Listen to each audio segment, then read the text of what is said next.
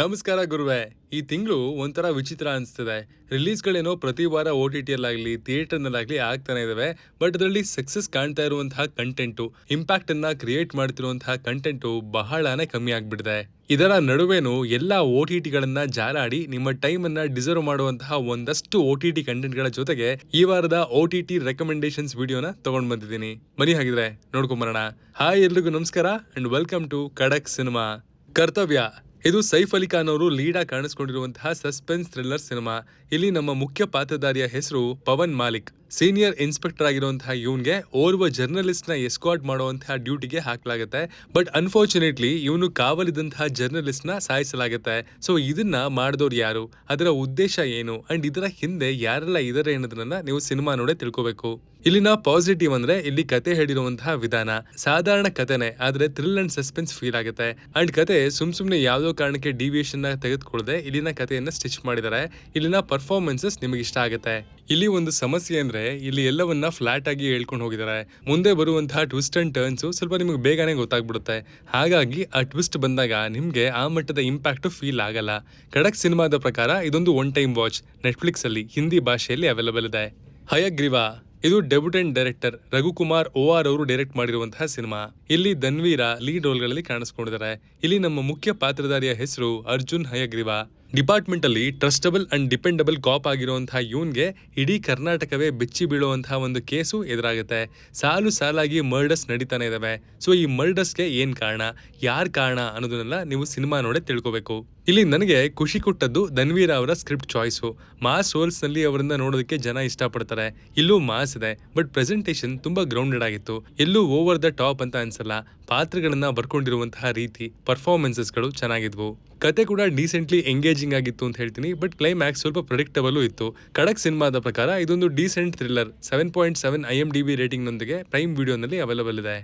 Of campus ಇದು college drama ಜಾನರ್ಗೆ ಸೇರುವಂತಹ web series. ಇತ್ತೀಚೆಗೆ ಪ್ರೀತಿ ಅನ್ನೋದು ಒಂದು ಭಾವನೆಗಿಂತ ಒಂದು ವ್ಯವಹಾರ ಆಗಿ ಉಳ್ಕೊಂಡ್ಬಿಟ್ಟಿದೆ ಅನ್ನೋದನ್ನ ಈ ವೆಬ್ ಸೀರೀಸ್ ಸಿಂಬಾಲಿಕಲಿ ತೋರಿಸ್ಕೊಟ್ಟಿದೆ. ಇಲ್ಲಿನ ಸ್ಟೋರಿ ರಿವಾಲ್ವ್ ಆಗೋದು ಹನ್ನಾ ಹಾಗೂ ಗರತ್ನ ಸುತ್ತ. ಇಲ್ಲಿನ ಪ್ರೆಸೆಂಟೇಷನ್ ಸಿಕ್ಕಾಪಟ್ಟೆ ರಾ ಆಗಿದೆ. ಈಗಿನ ಕಾಲಘಟ್ಟದಲ್ಲಿ ರೊಮ್ಯಾಂಟಿಕ್ ರಿಲೇಶನ್ಶಿಪ್ಸ್ ಯಾವ ತರ ಎವಾಲ್ವ್ ಆಗೋಗಿದೆ ಅನ್ನೋದರ ಸಾಲಿಡ್ ರೆಪ್ರೆಸೆಂಟೇಷನ್ ಇದು.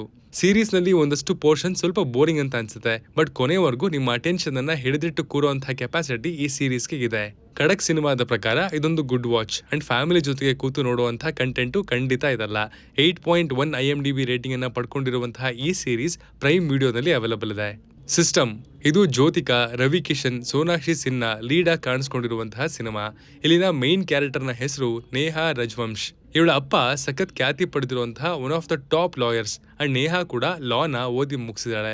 ಎಲ್ಲಾ ಸವಲತ್ತುಗಳಿರುವಂತಹ ಕುಟುಂಬದಿಂದ ಬಂದಿದ್ರು. ಅವರ ತಂದೆ ನೀನು ಯಾವುದೇ ಸಪೋರ್ಟ್ ಇಲ್ಲದೆ 10 ಕೇಸನ್ನ ಗೆಲ್ಬೇಕು, ಅವಾಗ ಮಾತ್ರ ನಿನ್ನನ್ನ ನನ್ನ ಟೀಮ್ಗೆ ಸೇರಿಸ್ಕೊಳ್ತೀನಿ ಅಂತ ಹೇಳ್ತಾರೆ. ಅಂಡ್ ಇವಳು ಈಗ ಅವಳ ವರ್ತನ ತಂದೆ ಮುಂದೆ ಸಾಬೀತು ಮಾಡಿದ್ಲ. ಇಲ್ಲಿರುವಂತಹ ಟ್ವಿಸ್ಟ್ ಅಂಡ್ ಟರ್ನ್ಸ್ ಏನು ಅನ್ನೋದನ್ನೆಲ್ಲ ನೀವು ಈ ಸಿನಿಮಾ ನೋಡೇ ತಿಳ್ಕೋಬೇಕು.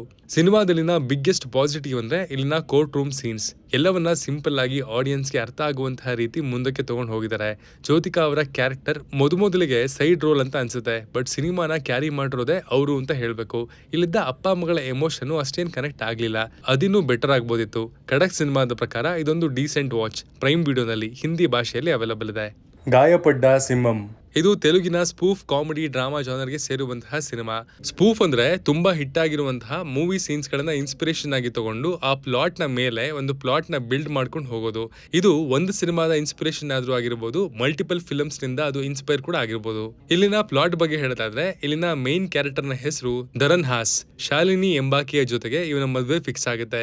ಬಟ್ ಅವಳ ತಂದೆ ಇವನು US ಅಲ್ಲಿ ಸೆಟ್ಲ್ ಆದ್ರೆ ಮಾತ್ರ ಈ ಮದ್ವೆ ನಡೆಯೋದು ಅನ್ನುವಂತಹ ಸ್ಟ್ರಿಕ್ಟ್ ಕಂಡೀಷನ್ ಹಾಕ್ತಾರೆ. ಅಲ್ಲಿಂದ ಮುಂದಕ್ಕೆ ಏನಾಯ್ತು, ಈ ಕಥೆಯಿಂದ ಡೈರೆಕ್ಟ್ರು ನಮ್ಗೆ ಏನನ್ನ ಹೇಳೋದಕ್ಕೆ ಹೊರಟಿದ್ದಾನೆ ಅನ್ನೋದನ್ನ ನೀವು ಸಿನಿಮಾ ನೋಡೇ ತಿಳ್ಕೋಬೇಕು. ಸಿನಿಮಾದ comedy extremely poorly return. Screen play ಅಂತೂ ಸಿಕ್ಕಾಪಟ್ಟೆ ಬೋರಿಂಗ್ ಆಗಿದೆ. ಸಿನಿಮಾ ನೋಡಿ ಮುಗಿಸದೆ ಒಂದು ಸಾಧನೆ ಆಗೋಗಿತ್ತು. ಇನ್ನು ಅದೆಷ್ಟು ದಿನ cheap rhyming comedy, over the top ಕಾಮಿಡಿಯನ್ನ ಬರೀತಾರೆ ಗೊತ್ತಿಲ್ಲ. ಖಡಕ್ ಸಿನಿಮಾದ ಪ್ರಕಾರ ಇದೊಂದು ಡಿಸಪಾಯಿಂಟಿಂಗ್ ವಾಚ್. ಸ್ಕಿಪ್ ಮಾಡದೆ ಒಳ್ಳೆದು ಗುರುವೆ. ಪ್ರೈಮ್ ವಿಡಿಯೋನಲ್ಲಿ ಕನ್ನಡದ ಭಾಷೆಯಲ್ಲಿ ಅವೈಲೇಬಲ್ ಇದೆ with 4.5 IMDb ratings. The boys season 5 the boys one of the most raw and well written ಶೋಗಳಲ್ಲಿ ಒಂದು. ಸೀರೀಸ್ನ ಕತೆ 4 ಸೀಸನ್ಸ್ ಟ್ರಾವೆಲ್ ಆಗಿದೆ ಅಂಡ್ ಇದರ ಪ್ಲಾಟ್ನ ಒನ್ ಲೈನ್ನಲ್ಲಿ ಹೇಳೋದು ಕಷ್ಟನೇ. ಸೀರೀಸ್ನ ಬಿಗ್ಗೆಸ್ಟ್ ಪಾಸಿಟಿವ್ ಆಸ್ ಯೂಶುವಲ್ ಇಲ್ಲಿನ ಪ್ರೆಸೆಂಟೇಷನ್. ಗೊತ್ತಿಲ್ಲದೇನೋ ದ ಬಾಯ್ಸ್ ಪ್ರೆಸೆಂಟೇಷನ್ನ ಒಂದು ಫ್ಲೇವರ್ ಹುಟ್ಟಾಕ್ಬಿಟ್ಟಿತ್ತು ಅಂಡ್ ಇಲ್ಲೂ ಕೂಡ ಅದು ಕಂಟಿನ್ಯೂ ಆಗಿದೆ. ಎಲ್ಲ ಕ್ಯಾರೆಕ್ಟರ್ಸ್ಗೂ ಈಗ ತಕ್ಕ ಮಟ್ಟಿಗಿನ ರೌಂಡ್ ಆಫ್ ಸಿಕ್ಕಿದೆ. ಎಲ್ಲದಕ್ಕಿಂತಲೂ ಹೆಚ್ಚಾಗಿ ಕನೆಕ್ಟ್ ಆಗೋದು ಇಲ್ಲಿನ ಎಮೋಷನ್ಸ್ಗೆ. ಸೀರೀಸ್ನಲ್ಲಿ 8 ಎಪಿಸೋಡ್ಗಳಿತ್ತು, ಸ್ವಲ್ಪ ಲೆಂತಿ ಅಂತ ಅನಿಸ್ತು, but as a overall package ಖಡಕ್ ಸಿನಿಮಾದ ಪ್ರಕಾರ it's a good watch. Prime ವಿಡಿಯೋನಲ್ಲಿ ಕನ್ನಡದಲ್ಲೇ ಅವೈಲೇಬಲ್ ಇದೆ with 8.7 IMDb ratings. Jack Ryan Ghost War. Jack Ryan ಫ್ರಾಂಚೈಸಿಯ ಸಿನಿಮಾ ಒಂದು ಕ್ರೈಮ್ ಆಕ್ಷನ್ ಥ್ರಿಲ್ಲರ್ಗೆ ಸೇರುವಂತಹ ಸಿನಿಮಾ ಇದು. ಇಲ್ಲಿ ನಮ್ಮ ಮೇನ್ ಲೀಡ್ನ ಹೆಸರು ಜಾಕ್.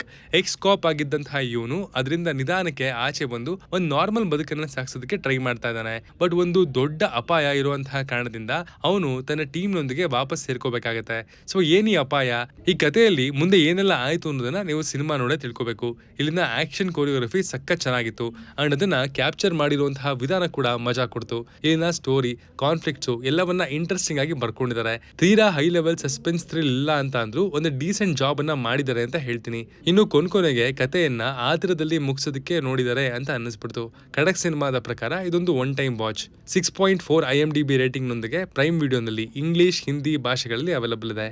Inspector Avinash season 2. ಇದು ರಣದೀಪ್ ಹುಡಾ ಅವರು ಲೀಡಾಗಿ ಕಾಣಿಸ್ಕೊಂಡಿರುವಂತಹ ಕ್ರೈಮ್ ಸಸ್ಪೆನ್ಸ್ ಥ್ರಿಲ್ಲರ್ ಜಾನರ್ಗೆ ಸೇರುವಂತಹ ಸೀರೀಸ್. ಹೆಸರೇ ಸೂಚಿಸೋ ಹಾಗೆ ಇಲ್ಲಿನ ಮುಖ್ಯ ಪಾತ್ರಧಾರಿ ಅವಿನಾಶ್. ಇವನು ಸದ್ಯಕ್ಕೆ ಸಸ್ಪೆಂಡ್ ಆಗಿದ್ದಾನೆ. ಇವನ ಮಗನ ಮೇಲೆ ವಾಶ್ರೂಮ್ ನಲ್ಲಿ ತನ್ನ ಕ್ಲಾಸ್ಮೇಟ್ ನ ಮರ್ಡರ್ ಮಾಡಿರುವಂತಹ ಚಾರ್ಜಸ್ ಇದೆ. ಪರ್ಸನಲ್ ಲೈಫ್ ನಲ್ಲಿ ಇವನು ಸಿಕ್ಕಾಪಟ್ಟೆ ಕುಗ್ಗೋಗಿದ್ದಾನೆ. ಸೊ ಇದ್ರ ಜೊತೆಗೆಲ್ಲ ಇವನು ಹೇಗೆ ಡೀಲ್ ಮಾಡ್ದ, ತಪ್ಪಿತಸ್ಥರಿಗೆ ಪಾಠ ಕಲ್ಸಿದ್ನ ಇಲ್ವಾ ಅನ್ನೋದನ್ನೆಲ್ಲ ನೀವು ಈ ಸೀರೀಸ್ ನೋಡೇ ತಿಳ್ಕೋಬೇಕು. ಇಲ್ಲಿ ರಣದೀಪ್ ಹುಡಾ ಅವರ ಪರ್ಫಾರ್ಮೆನ್ಸ್ ಪವರ್ ಪ್ಯಾಕ್ಟ್ ಅಂತ ಹೇಳ್ಬೋದು.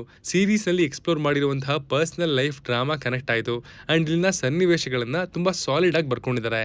As an overall package ಖಡಕ್ ಸಿನಿಮಾದ ಪ್ರಕಾರ ಇದೊಂದು ಸೂಪರ್ ವಾಚ್. 7.6 IMDb ರೇಟಿಂಗ್ ನೊಂದಿಗೆ ಈ ಸೀರೀಸ್ ಕನ್ನಡದಲ್ಲಿ ಜಿಯೋ ಹಾಟ್ಸ್ಟಾರ್ ಅಲ್ಲಿ ಅವೈಲೇಬಲ್ ಇದೆ. ಇದಾಗಿತ್ತು ಈ ವಾರದ ಖಡಕ್ OTT ರೆಕಮೆಂಡೇಶನ್ಸ್. ನೀವು ಈ ಲಿಸ್ಟ್ ನಲ್ಲಿ ಯಾವುದನ್ನೆಲ್ಲ ನೋಡಿದಿರಾ, ಯಾವುದನ್ನೆಲ್ಲ ನೋಡಬೇಕು ಅಂತ ಅನ್ಕೊಂಡಿದಿರಾ ಎಲ್ಲವನ್ನ ಕಮೆಂಟ್ ಮಾಡಿ ತಿಳಿಸಿ. Signing off, Manu.